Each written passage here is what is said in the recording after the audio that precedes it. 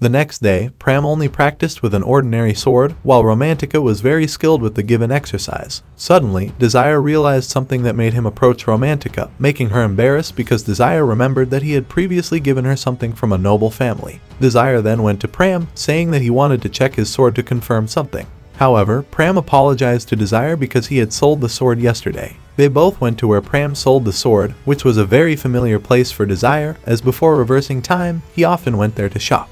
The place where Pram sold the sword was in a small alley. Although Desire wanted to get the sword back, Pram said he didn't need it anymore. After checking the store's regulations, they went inside, and when they opened the door, they met a tall, muscular man. Desire felt this place was very suspicious, so he had to be careful. Not only that, but the shop owner also didn't seem very nice. Desire got straight to the point that he wanted to buy back the rapier sword sold by Pram. The shop owner said that the store's policy was not to accept refunds. However, Desire still wanted to buy it, no matter how high the price. After hearing this, the shop owner brought Pram's rapier to the table and said that this was just an ordinary item, not a sword. Desire realized that there was a noble motif on the sword that he recognized from Romantica before. The shop owner could no longer hide that this sword was a gift often given by nobles to their lovers. Unfortunately, he didn't know how to draw the sword, and upon learning that Desire wanted to buy it back, he doubled the price from before, even though he bought it for half the price. Pram felt very disappointed hearing this, but it was business, so he had to accept it. Desire didn't hesitate to pay twice the amount to the shop owner to get back the sword for Pram, and when the transaction was done, Desire successfully retrieved it. The shop owner still believed that Desire wouldn't be able to pull out the sword from its sheath. However, Desire used his magic and read the hidden lines of characters engraved inside the sword. Then, Desire handed the sword to Pram and taught the boy how to open the rapier by pressing firmly on the groove in the middle of the sword handle. Pram managed to draw out the rapier, and upon seeing the gleaming metal, he couldn't believe his eyes. According to Desire, this was premium metal, lighter than a feather but harder than steel, fitting for a rapier wielder relying on speed like Pram. The shop owner saw this as something very valuable, and he couldn't stay silent, so he ordered his henchmen to block them. He said that if Desire agreed to leave the sword, he would let them go. Of course, Desire didn't care because he had already paid the right price. The shop owner was very angry and immediately ordered his henchmen to attack Desire. However, he managed to dodge the attacks with agility. Meanwhile, Pram was ready to fight the big, strong man. Desire reminded again that Pram should not use this rapier again, making the boy feel very embarrassed. But of course, Desire still wanted to see Pram showcase his sword skills with his natural speed. Pram managed to smoothly evade the first attack, but Desire was still worried for him because if he got hit by one blow from his opponent, it could be fatal. He was surprised to see that Pram suddenly strengthened his body to increase his attack speed. Seeing that, Desire smiled madly and then attacked with the sword, but Pram quickly avoided it while scratching some sword blows on his body. However, Desire's attack only slightly disturbed his opponent. Desire saw that in this situation, the longer Pram fought, the more disadvantageous it became for him, so the only way Pram could win was by hitting the weak points in his opponent's body. However, Pram's trick was already read by his opponent, so he got a hard kick in the stomach. When Pram struggled, Desire immediately reminded the boy to trust his father, and Pram also read the lines of text engraved on the sword. He was very surprised that Desire knew the secret of the rapier, but now Pram didn't care about it, he had to strive to bring victory home. As Pram lunged towards him, the man raised his sword to cleave him in two, but the boy knew it was just a trick, so he managed to avoid it carefully. Turning behind his back, this man also was able to guess Pram's intentions, so he had prepared an attack ready to be directed towards him. However, Pram quickly attacked with his then-die sword to break it in two, then knocked him down with the tip of his sword because the previous situation was very dangerous. Desire had to quickly ask Pram, and Pram said that thanks to this sword, he could defeat the man. The shop owner still laughed loudly, thinking no one could open the outer door under his subordinate. However, Pram had already cut that door with his sword. As they went home together to celebrate Pram's effort, Desire invited the boy to eat grilled meat, and Pram was deeply moved by Desire's kindness towards him. After all they had been through, Pram seemed to lose direction in his life, so when he got a good teammate like Desire, Pram felt very happy. Meanwhile, Pram secretly sent his thanks to his parents and hoped they would follow his life journey. Meanwhile, Romantica still diligently practiced with Desire's guidance, and after several failures, she managed to direct the ball to the target. Unfortunately, Desire wasn't there, so Romantica could showcase her achievement because of Desire's training. Now Romantica could demonstrate her wind magic very accurately, and when there was no friend around, she celebrated her progress on her own. Afterward, Romantica went to the noble district to meet with Donnet, and they both went to a luxurious restaurant inside the academy. Donnet still seemed to consider this as a date, so he had prepared this dinner to invite her, and Romantica didn't hesitate to enjoy the delicious dishes as she was served by others. But after being full, Romantica returned Donnet's souvenir from the previous day, leaving Donnet very confused. Not knowing why Romantica refused the invitation to join his team, Romantica told Donnet that she had joined a team in the beta class and the team leader had helped her a lot in practice to improve her skills. Donnet always hated commoners, considering them insects, while Romantica was someone from a common family. Hearing this, Donnet became very upset but tried to maintain composure by saying that Romantica was speaking unclearly. However, Romantica confirmed that everything she said was true, so Donnet felt remorseful and said that he would never invite her to join the team again.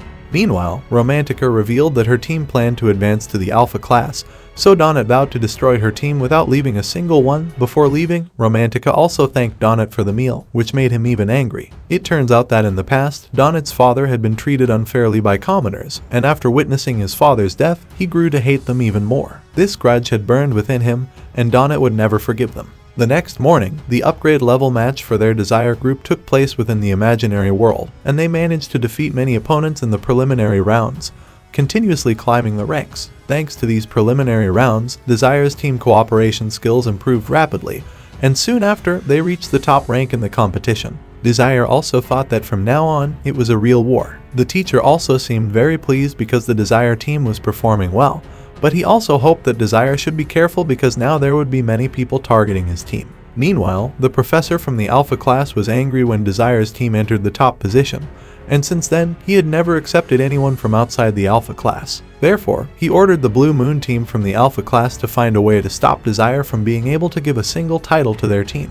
He knew beforehand that Aces had fought Desire in the entrance competition, and when he knew that Aces could defeat Desire, he chose her as the leader of the Blue Moon team while ordering Aces to ensure victory for the Alpha class. Aces herself never forgot her defeat at the hands of Desire before. It was also the first time Aces had lost on the battlefield, so Aces vowed that this time she would try hard to defeat Desire as soon as she left the professor's room.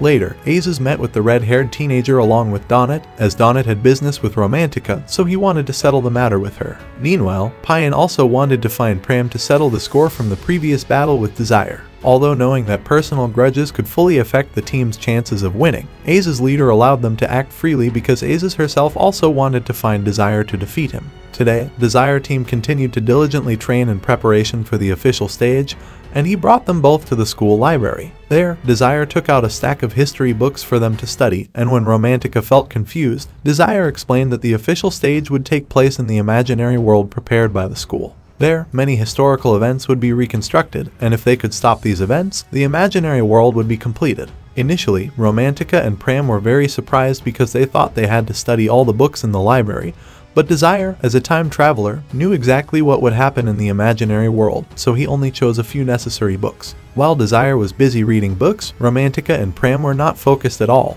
It turns out, Romantica remembered that Pram had previously gone with Desire, so she was very curious about where they went and what they did. Although Pram didn't want to reveal it, Romantica still wanted him to tell everything, and when they were arguing, the book suddenly flew and hit Desire's head, making him smile meaningfully and reminding them to focus on reading the books. At that moment, Aces entered the library and headed to where Desire was. Initially, Aces only looked at Desire with intensity, which made two members of his team very confused. Then, Aces greeted Desire after 2 months of not meeting.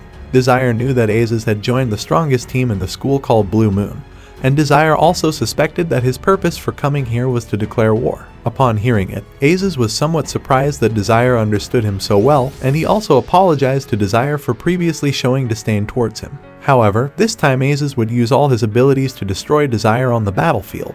On Desire's side, he was very pleased with Aces' determination because in this way, defeating Aces was a way to ignite the fire of determination within Aces so that he would become stronger in the future, and Desire also looked forward to the time when he could fight alongside Aces. A few days later, the official stage began, and the location of the match was in an arena consisting of 4 teleportation gates. Here, the journalists continuously interviewed the jury members about the competition, while Desire's team prepared to enter the decisive match. Desire knew that this competition would be very tight because his team's opponents were the strongest. However, Romantica and Pram were very cheerful and showed no signs of worry. When the 3 of them were ready, they stepped into the arena with cheers from the crowd surrounding them. The students in the Alpha class had been divided into several teams, and Desire's team would depart alongside Aces' Blue Moon team. Upon seeing Desire, a member of the Blue Moon team showed a condescending attitude. He considered that an ordinary person like Desire did not deserve attention. However, for people like Donut and Person, this was an opportunity to take revenge against the members of Desire's team.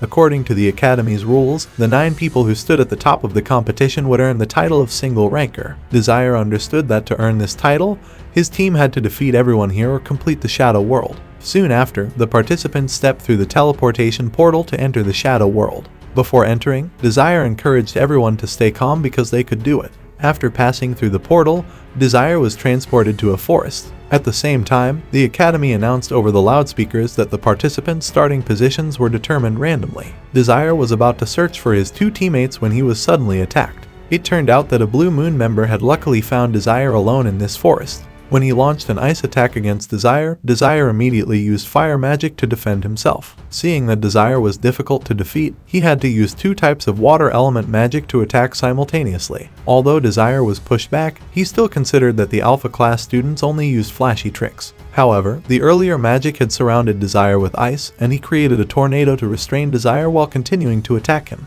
Thinking he had won, he loudly allowed Desire to say his last words. However, Desire realized that he couldn't control the magic to strike vital parts of his body, which made him angry. Moreover, his magic was destroyed by Desire in the blink of an eye with reversal magic. Desire told him about the consequences of underestimating an opponent on the battlefield. Desire demonstrated his ice magic again and told him to watch carefully and remember it. However, his opponent considered this just ordinary magic that couldn't defeat him. As a result, Desire's ice shattered into small pieces that surrounded his opponent, freezing him in place and knocking him out of the Shadow World. At that moment, the committee announced that the first participant had been eliminated. Meanwhile, a young man from the Alpha class was transported to the middle of a meadow. He decided to enjoy the gentle breeze before the competition began, but the strong wind from Romantica blew him away. It turned out that on the way to find Desire, 2 members of her team had easily defeated other opponents. Romantica had magic that could detect enemies around her, so she found 3 opponents from the Alpha class nearby. As Romantica was about to launch her magic attack, 2 of them approached her. It turns out that Romantica's search magic has a weakness: the user's position will be detected. They mocked that the beta class only consists of trash who don't know how to use magic, and now they will show the class difference between Romantica and Pram. Hearing that, Romantica thought that the Alpha class was indeed full of overconfident people. Pram suddenly attacked, but the opponent wielding a large sword quickly parried his strike. After an intense initial fight, both sides were ready to battle. Initially, Pram planned to use his swordsmanship to defeat the opponent with the large sword, but the opponent's ally used magic to attack from behind. Pram had to find a way to dodge, so he used his speed to run around them, causing the 2 to become very confused. The one wielding the large sword decided to throw smoke to assist his ally in casting magic, but Romantica quickly located the girl's position and struck her with a wind attack. At the same time, she mocked that the 2 were foolish for using magic that revealed their positions. Now, only the person with the large sword was left, and he didn't know what to do. Romantica then used her final wind move, knocking him out of the competition. This first victory made the pair very happy, and Romantica realized that Desire had been hiding in the bushes, observing all along. Seeing his teammates in the group improve significantly, Desire felt very satisfied. Only Romantica was slightly upset because her magic was easily destroyed by Desire again. Moreover, the young man patted Romantica's head like one would pet a dog, which made her very angry. However, the ranking competition was not yet over, so they knew this was not the time to have fun. The weak participants began to lose to the stronger groups, and soon the competition would only leave a few participants. Desire's main goal was to help his group ascend to the Alpha class. To do that, they had to complete the Shadow World. Desire thought this way was rather difficult, so an easier way was to be among the last 9 survivors. Although knowing that there were still many other strong groups in this competition and the journey to the single ranker title was very difficult, Pram was confident that the 3 people in their group could do it. At this moment, the Shadow World was suddenly drenched by heavy rain, so they had to take shelter under a tree, waiting for the rain to stop so they could continue their journey. Romantica recalled that initially she didn't even dare to think about entering the Alpha class. If at that time she believed Dona's words, who knows what would have happened now. Seeing Romantica worried, Desire kept encouraging her that now she and Pram had become much stronger. Romantica also admitted that Desire was truly a good person. Although on the outside she was still angry at Desire, she felt very happy to have joined his group. At this moment, the clock tower bell rang, surprising the participants. According to Desire, this was the clock tower event mentioned in the history books, and Desire and his friends had studied about this event. The Prius Clock Tower is a high-level magical device that, each time it emits energy into the sky, the shadow world produces many demons. The system then announced that the participants' survival mission had officially begun. They had to find a way to survive the demon attacks created by the clock tower. The Evil Academy instructors believed that the beta class would not survive, and Professor Bryjet was also very worried about whether Desire's group could survive this competition or not. Returning to Desire's group, they smelled a terrible stench and saw a giant rat emerge from the ground. Both were too scared and clung to Desire. Moreover, the rat called its entire army, forcing the three to flee in panic. Desire knew that these rat hordes were a type of demon that primarily fed on human blood, and regular attacks like Romantica's would not have much effect on them. Seeing a wall ahead, Romantica thought she couldn't jump over it on her own, but the thought of becoming prey to the rats forced her to jump, though she stumbled as the rats were very close. Desire decided to leave some of his blood, and when the lead rat appeared to bite, Romantica quickly used the wind to shoot it. However, the rat had high magic resistance, so the attack was not enough to defeat it. Desire immediately asked everyone to retreat temporarily to find a way to deal with it, but he was very surprised to see Pram running straight into the horde of rats. Aze's group was also being attacked by the rats, causing one of them to be thrown. Gabriel's group was surrounded by rats without an escape route, so he decided to use Hellfire to burn them and clear a path for everyone. The weaker groups began to be eliminated by the rat horde. Pram and Desire were trying to find the leader of the rat swarm to kill it because he believed the rat had been badly injured after being hit by Romantica's wind attack outside.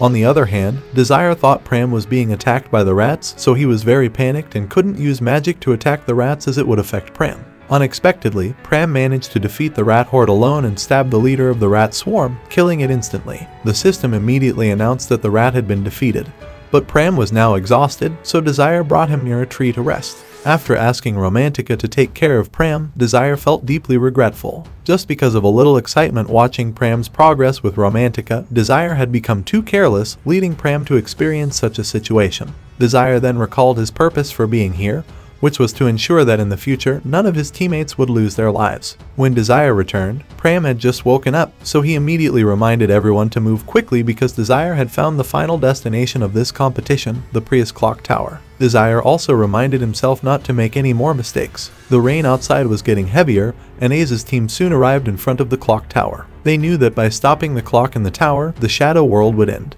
However, at that moment, a lot of wind magic came from nowhere, forcing Aze's to use an ice wall for defense, and anyone who couldn't dodge was immediately eliminated from the competition. At this moment, Aze's realized the danger from Desire's team members. Meanwhile, Desire and his two comrades were already at the clock tower, ready to fight with Aze's. 3 members of Aze's team ran towards the tower door, but under the relentless attacks of Romantica, Donnet, and Parkin, they could only defend and couldn't get close. Even Aze's had difficulty because Romantica's magic was coming from all directions. Desire's team knew they couldn't stop Aze's, so they turned to attack other teams to bring all the opponents to the clock tower. Seeing Romantica still hesitant about the plan, Desire assured her to trust him. Romantica then used her magic to eliminate several other opponents, while Desire used countdown magic on the clock tower while waiting for Aze's to arrive. When Aze's team opened the door, they were surprised to find the other teams fighting inside. Gabriel accused Aze's team of using underhanded tactics to ambush the other teams. Although Aze's was innocent, he couldn't refute Gabriel's accusation because if he blamed a beta-class wizard, no one would believe him.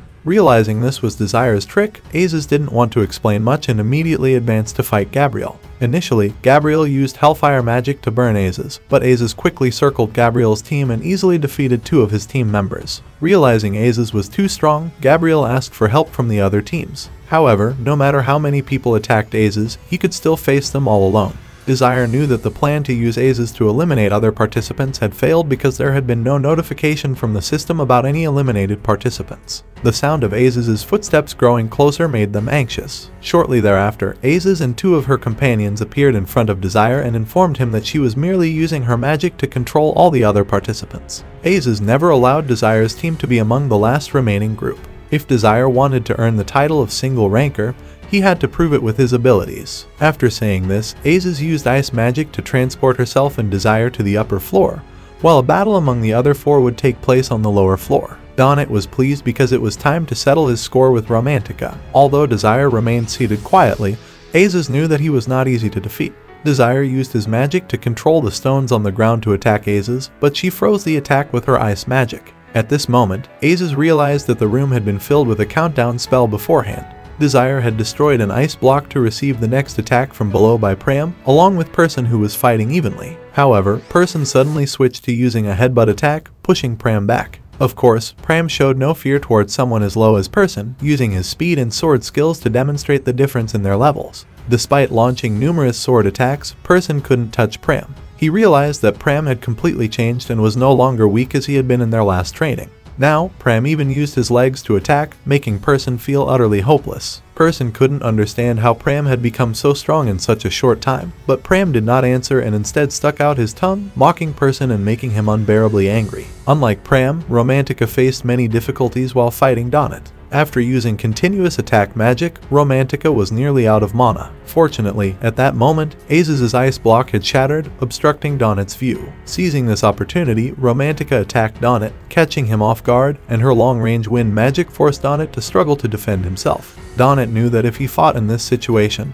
he would be at a disadvantage, so he used his necklace to dispel the mist, restoring the surroundings to their original state. After that, he immediately attacked Romantica with his sword, causing her great difficulty because she was a long-range mage and not strong enough for close combat with a warrior like Donnet. At that moment, Romantica realized that Donnet was wearing the artifact necklace she had once wanted to give him. According to Donnet, this item could not be given to commoners like Romantica, but she believed that both commoners and nobles were just ordinary humans, no different from each other. Hearing this, Donnet was furious, recalling his father's old grudge, and said that nobles were supreme and different from the despicable commoners. After speaking, he used the ring on his hand to create fire around Romantica. Although Romantica managed to withstand Donnet's next attack, she was still thrown against the wall. Seeing Romantica injured, Pram left his fight to protect her. Donnet then ordered Person to stand outside and let him finish off the two of them alone because Donnet deeply hated commoners and would kill them all without exception. Currently, Romantica is recovering her mana, so she asks Pram to buy her some time.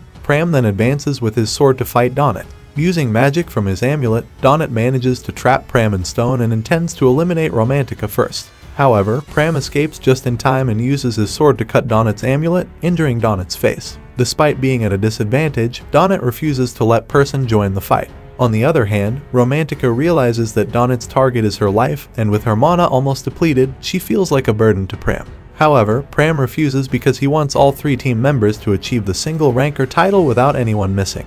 After all, Desire is the one who inspired the team to achieve their current success. Hearing this, Romantica regains her fighting spirit to continue battling alongside Pram. Meanwhile, Desire is still fighting on the upper floor. Since this time there is no finish line like in the entrance exam, they will fight to the end until one of them is eliminated. With his reverse magic, Desire gradually destroys all the attacks launched by Aziz. Seeing that she cannot get close to Desire, Aziz uses ice magic to attack from a distance. Although ice magic is Aziz's specialty, Desire destroys it with just a flick of his fingers. Desire can use fire magic like Gabriel to attack, forcing Aziz to keep moving to dodge. After exchanging blows, Aziz seems to be losing compared to Desire, so she has to fight more seriously. Aziz does not understand how Desire can overpower her, despite her having the advantage in magic and speed. Struggling hard, Desire remains calm and composed as if nothing is happening.